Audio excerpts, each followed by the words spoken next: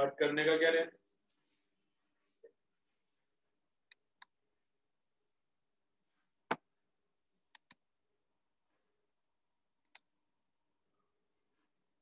चलो तो क्या और एक ऐसा एग्जैक्टली सेम न्यूमेरिकल करेंगे, फिर वो और डिफरेंट डिफरेंट ऑब्जेक्ट्स वाला करेंगे, ठीक है। कुछ बच्चे ज्वाइन नहीं हुआ, जब तक वो ज्वाइन होते हैं तब तक और एक न्यूमेरिकल ऐसा सेम करेंगे। तो ये भी बहुत सारे एग्जाम्स को आया हुआ क्वेश्चन है, सीबीएसई पीएमटी 2014 का है।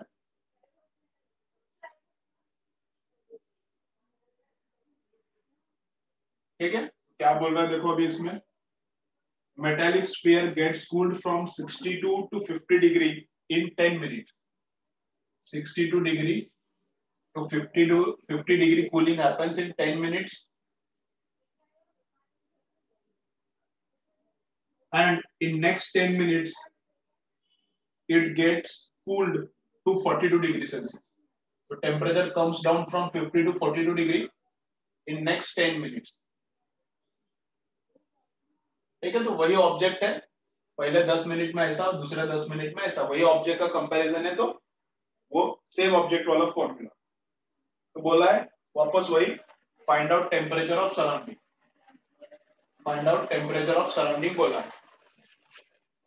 ठीक है, तो टेम्परेचर ऑफ सराउंडिंग मतलब कौन सा फॉर्मूला, तो log of theta 2 minus theta surrounding upon theta 1 minus theta surrounding is equal to minus k t, is equal to minus k t, तो माइनस के इंटू 10 मिनट,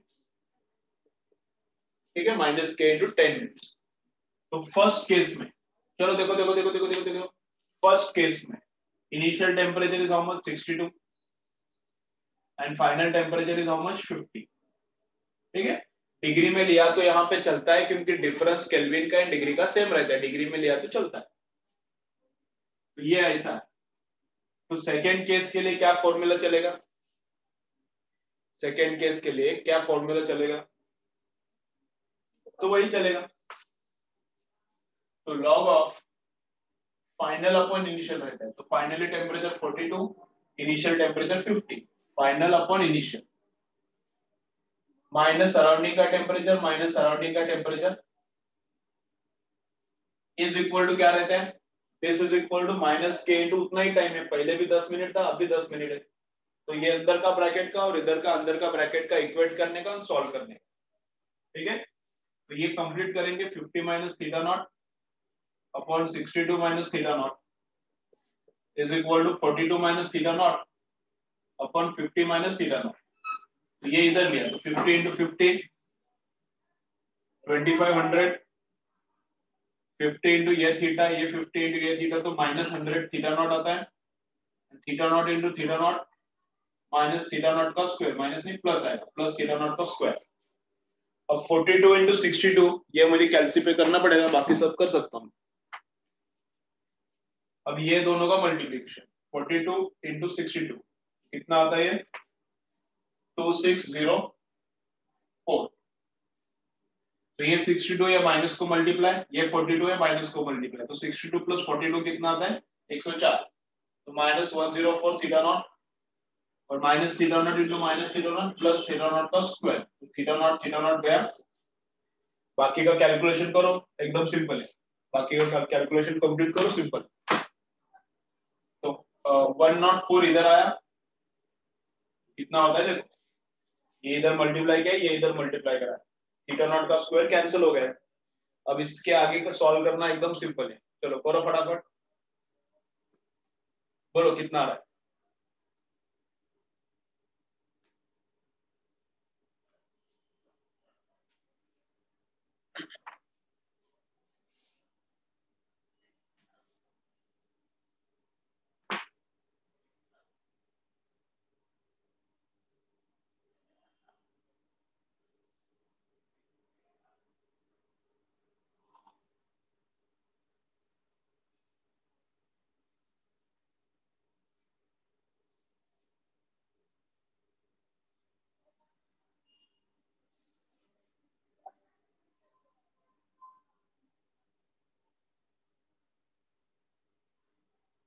कितना है? 21 आंसर आया, 26 आया, 24 आया, 26 आया। कौन सा आंसर करेक्ट?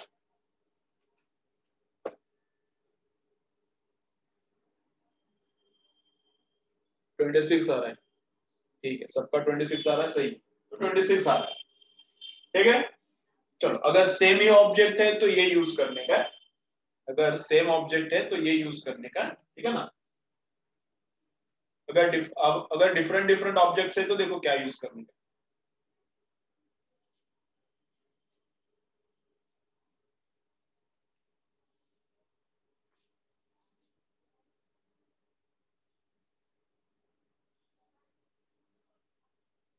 ठीक है, चलो।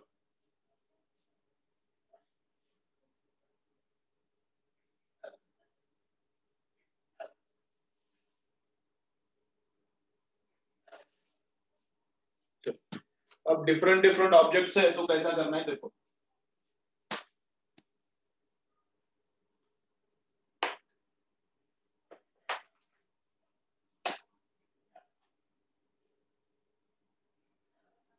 देखो RPMT से क्वेश्चंस लेकिन बहुत कम है। अभी जो किया था वैसे वाले बहुत ज्यादा है।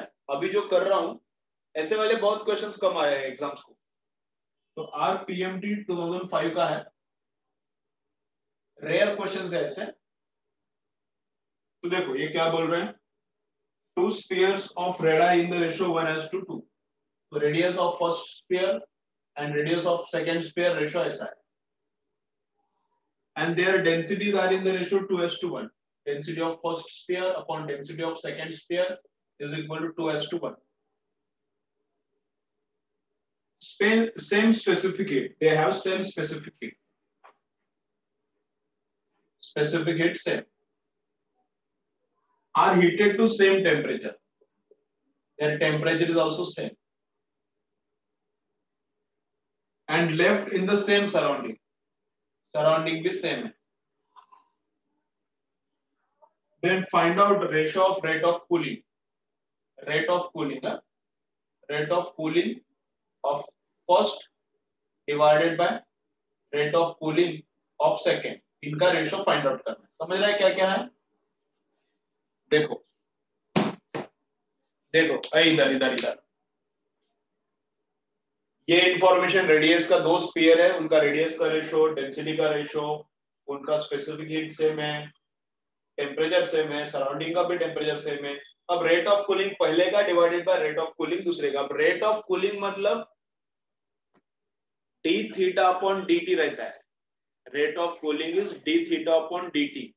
Rate of heat loss, rate of heat loss dq upon dt रहता है। अलग अलग है दोनों, याद रखो। Rate of heat loss dq upon dt, dq upon dt। और रेट ऑफ कूलिंग तो d थीटा अपॉन dt। तो d थीटा अपॉन dt पहले का, फर्स्ट ऑब्जेक्ट का, d थीटा अपॉन dt दूसरे ऑब्जेक्ट का इज इक्वल। तो फर्स्ट ऑब्जेक्ट का d थीटा अपॉन dt कितना है? फर्स्ट ऑब्जेक्ट का, फर्स्ट ऑब्जेक्ट का d थीटा अपॉन dt कितना है?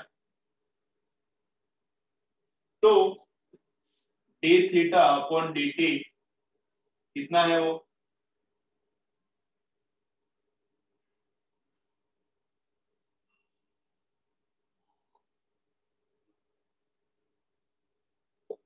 ठीक है ना। d थीटा अपॉन dt किसको प्रोपोर्शनल है लिखा था ना। अगर ऑब्जेक्ट अलग अलग है, इधर अलग अलग ऑब्जेक्ट है, सेम ऑब्जेक्ट नहीं है, अलग अलग है। अलग अलग ऑब्जेक्ट है तो ये है, ये एक्चुअली बेसिक फॉर्मूला है। तो दोनों का स्पेसिफिक हीट सेम है, दोनों का स्पेसिफिक हीट सेम है, एंड दोनों का theta minus theta not same है। तो लेने का जरूरत नहीं, बस एरिया एंड मास का लेने का, है ना। तो d थीटा अपॉन dt किसको प्रोपोर्शनल है? एरिया अपॉन मास को। इसको प्रोपोर्शनलिटी नहीं है, ये सेम है। टेम्परेचर ऑब्जेक्ट का सेम है, सराउंडिंग का सेम है, तो ये दोनों के लिए सेम है। दोनों का स्पेसिफिक हीट सेम है, तो एरिया अपॉन मास पे सब काम होगा। तो फर्स्ट का एरिया अपॉन फर्स्ट का मास डिवाइडेड बाय सेकंड का एरिया अपॉन सेकंड का मास।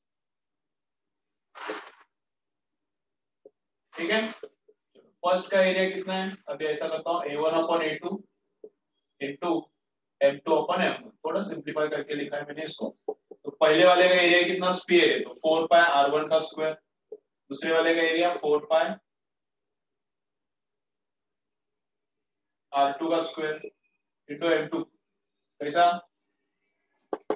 सेकेंड वाले का मास 4/3 पाई R2 क्यूब, ये वॉल्यूम हो गया सेकेंड वाले का वॉल्यूम 4/3 पाई R क्यूब इंटू उसका डेंसिटी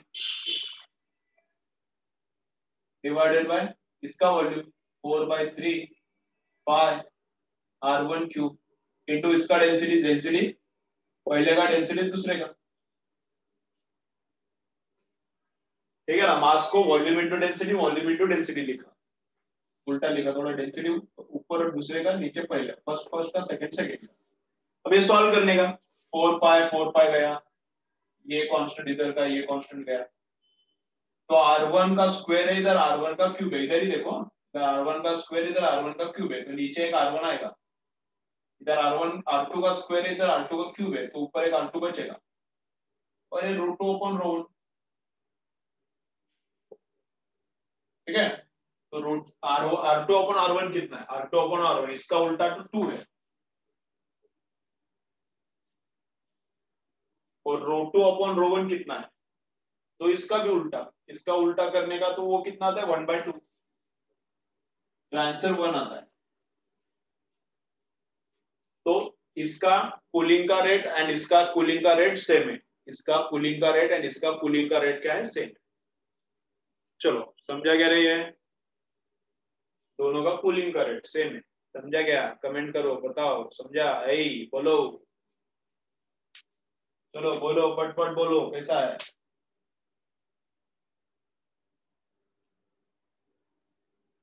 ठीक है, ओके, चलो स्क्रीनशॉट मारो। अगर अलग अलग ऑब्जेक्ट्स हैं तो ये वाला यूज करने का, अगर सेम ही ऑब्जेक्ट है तो प्रीवियस, क्योंकि सेम ऑब्जेक्ट के लिए ये वाला पार्ट क्या रहता है, सेम रहता है, एरिया मास स्पेसिफिक सब सेम रहता है, तो बस इतना यूज करना पड़ता है।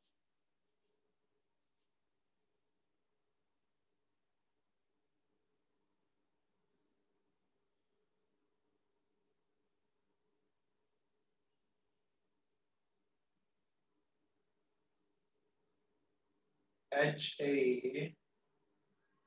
थीटा माइनस थीटा नॉट,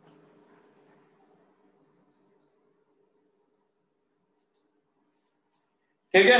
चलो तो ऐसे न्यूमेरिकल से एकदम कम है, एक ही न्यूमेरिकल है, ये एररलेस यूनिवर्सल में एक ही न्यूमेरिकल है, तो एक ही करेंगे, ठीक है, ओके चलो।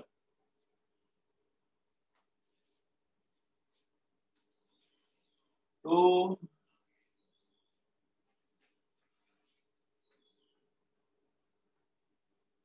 हो गया अभी चैप्टर 1। अब इसमें न्यूटन्स लॉ में क्या चाहिए, न्यूटन्स लॉ में क्या चाहिए, theta minus theta naught excess of temperature should be small, excess of temperature over surrounding small चाहिए, तभी ये न्यूटन्स लॉ एप्लीकेबल है। देन ये प्योर रेडिएशन का लॉ नहीं है, पहले बोला था अभी भी बोल रहा हूँ, ये प्योर रेडिएशन का लॉ नहीं है, इसमें कन्वेक्शन भी कंसिडर करा है, प्रैक्टिकल लॉ है, जो सब यहाँ पे हॉट ऑब्जेक्ट रखने का, थोड़ा कंडक्शन करेगा एयर में, थोड़ा रेडिएशन करेगा, थोड़ा कन्वेक्शन से जाएगा, लेकिन ओवरऑल क्या इफेक्ट है वो बताता है, तो प्रैक्टिकल लॉ है, तो बस रेडिएशन का ये लॉ नहीं है, वायल्स law, Stefan's law exact only radiation के लिए, वायल स्टीफन्स ओनली रेडिएशन, न्यूटन का ओनली रेडिएशन का नहीं है, मिक्स है, प्रैक्टिकल लॉ है। देन ग्रीन हाउस इफेक्ट, अभी एररलेस में नहीं है, ग्रीन हाउस इफेक्ट क्या है, ठीक है छोड़ो, क्या पता नहीं, पता है तुम, ये बस इधर अपना बोर्ड बुक में था, ये एररलेस में, इसमें एनसीईआरटी में नहीं है, ठीक है। तो चैप्टर क्लियर है, चैप्टर क्लियर है, नेक्स्ट चालू करने का क्या, थर्मोमेट्री। चलो थर्मोमेट्री स्टार्ट करते हैं, इसमें कुछ डाउट्स है तो बोलो, और प्रैक्टिस चाहिए तो बोलो, इसमें कुछ डाउट्स है और प्रैक्टिस चाहिए तो बोलो, क्या थर्मोमेट्री चालू करने का, बोलो फटाफट।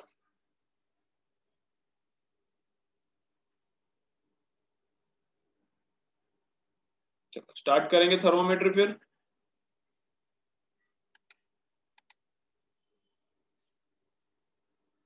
चलो स्टार्ट करेंगे।